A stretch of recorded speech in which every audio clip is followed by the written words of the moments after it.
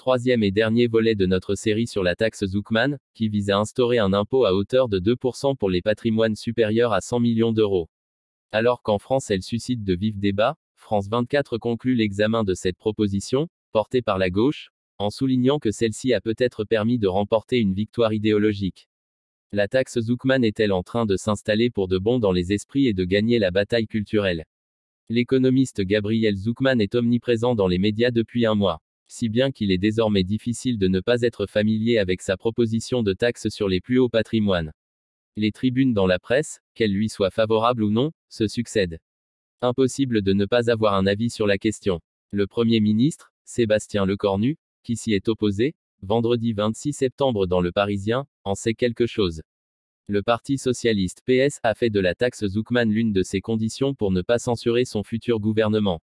Alors que la question de la dette, qui a atteint au deuxième trimestre 3 416,3 milliards d'euros selon des chiffres publiés le 25 septembre par l'INSEE, est plus que jamais présente dans le débat politique, la contribution des ultra-riches à l'effort collectif est devenue un enjeu majeur. À lire aussi taxe Zuckman 1/3. Pourquoi la gauche souhaite-t-elle un impôt sur les ultra-riches? Lorsqu'il est élu en 2017, Emmanuel Macron supprime l'impôt sur la fortune ISF pour le remplacer par un impôt sur la fortune immobilière IFI, et baisse l'imposition sur les dividendes en mettant en place la flat tax à 30%. Une politique devant permettre aux millionnaires et milliardaires d'investir leur argent dans l'économie du pays et ainsi contribuer à la croissance. C'est ce qu'on appelle la théorie du ruissellement. Signe d'une bascule en cours dans les esprits, la Macronie commence à accepter l'idée de revenir sur la baisse des impôts des plus aisés, un sujet tabou jusqu'ici. Il y a d'abord eu le revirement de l'économiste Jean Pisani-Ferry. L'homme qui a élaboré le programme d'Emmanuel Macron en 2017 avait déjà évoqué dans un rapport en 2023 une contribution des plus aisés pour financer la transition écologique.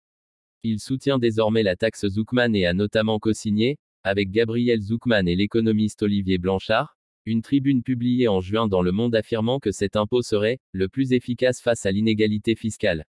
Les Français largement favorables à la taxe Zuckman. Parmi les élus, on ne prône pas la taxe Zuckman mais l'idée de faire payer les ultra-riches fait son chemin. Il y a ceux qui estiment qu'il faudra accorder ce point à la gauche pour éviter la censure.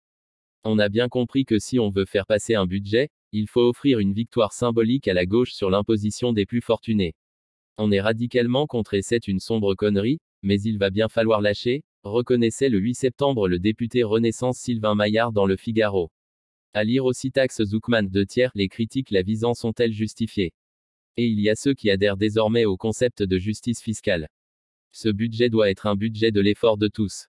Pour l'être, il faut aussi que les grandes fortunes soient mises à contribution, a ainsi jugé la présidente de l'Assemblée nationale, Yaël Braun-Pivet, dans un entretien publié le 20 septembre dans Le Parisien.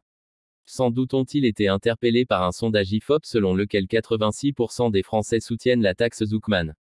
Les chiffres ont de quoi surprendre et interroger les élus du centre et de la droite, car même leurs électeurs sont largement en faveur de cette taxe sur les ultra-riches, 92% des sympathisants Renaissance et 89% des partisans des Républicains approuvent l'idée, selon ce sondage publié le 16 septembre dans Le Parisien.